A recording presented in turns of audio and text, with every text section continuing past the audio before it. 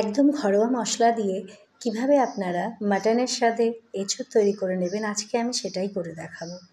নমস্কার বন্ধুরা, সুজাতাস কিচেনে আপনাদের সকলকে স্বাগত। আজকের রেসিপি এঁচোড়ের তরকারি।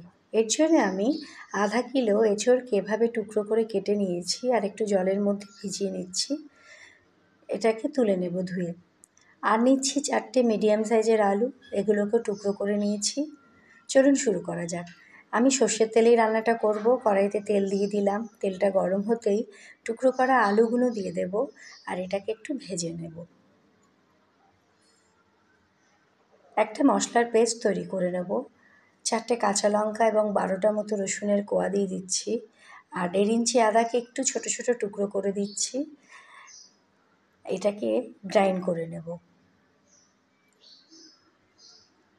এদিকে আলুর মধ্যে সামান্য হলুদ এবং অল্প নুন দিয়ে দিলাম এবং এটাকে একটু কালার আসা অবধি ভেজে নিব। দেখুন হয়ে গেছে। আমি এটা এবার তেল থেকে তুলে নিচ্ছি।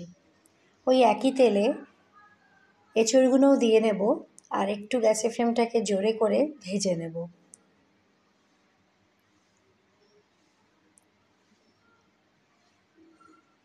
এভাবে প্রথমে এঁচড় একটু ভেজে নিলে স্বাদটা খুব ভালো আসে।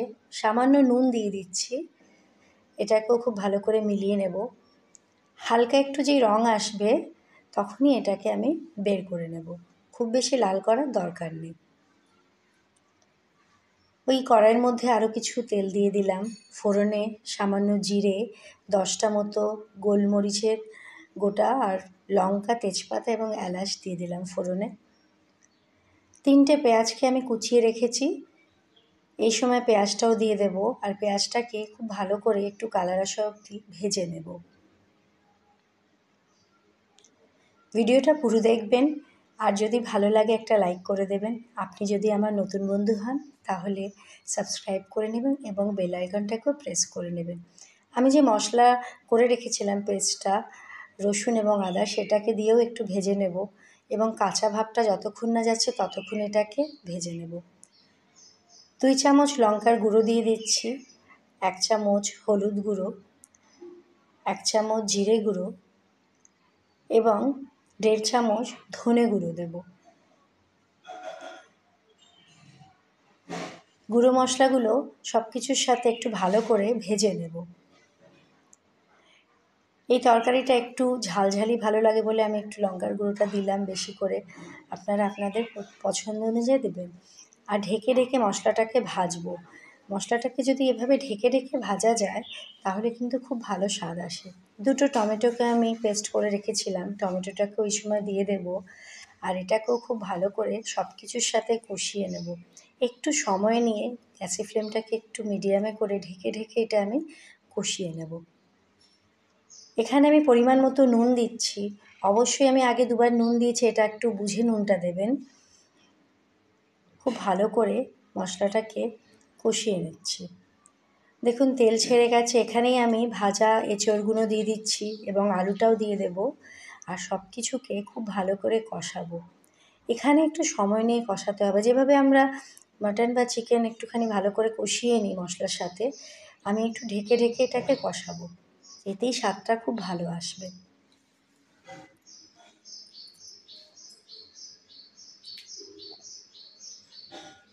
দেখুন আমার কষানোটা প্রায় হয়ে গেছে। আমি একটু গরম জল করে রেখেছিলাম, অবশ্যই গরম জল দেবেন। প্রথমে অল্প জল দিয়ে দিলাম, আমার আরেকটু জল লাগবে। আমি আরেকটু জল অ্যাড করলাম আর সামান্য চিনি দেবো। এতে মিষ্টি হবে না কিন্তু টেস্টটা খুব ভালো ব্যালেন্স হবে। আমি এটা কড়াইতে করলে একটু সময় বেশি লাগতো, তাই আমি এটা কুকারেতে ট্রান্সফার করে নিচ্ছি যাতে খুব কম সময়ে খুব ভালোভাবে তৈরি হয়ে যায়। সমস্ত তরকারিটা আমি কুকারের মধ্যে ট্রান্সফার করে নিলাম। কুকারটাকে বন্ধ করে 3 সিটি অবধি মিডিয়াম ফ্লেমে আমি এটাকে করে নেব। গ্যাসের ফ্লেমটাকে আমি অফ করে দিলাম আর যতক্ষণ ঠিকমতো ভাপটা নিজে থেকেই রিলিজ হয় ততক্ষণ ছেড়ে দিলাম এবং ঢাকনাটা খুলে দিয়ে 1/2 চামচ ঘি দিয়ে দিলাম আর দিলাম শাহি গরম মশলা।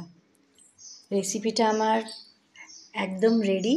এভাবে আপনারা একবার করে দেখবেন, সব কিছুকে খুব ভালো করে মিলিয়ে নিচ্ছে। দেখুন কি সুন্দর কালার এসছে। আমি একটু ঝোল ঝোল রেখেছি, আপনারা যদি শুকনো করতে চান তাহলে একটু কম জল দেবেন।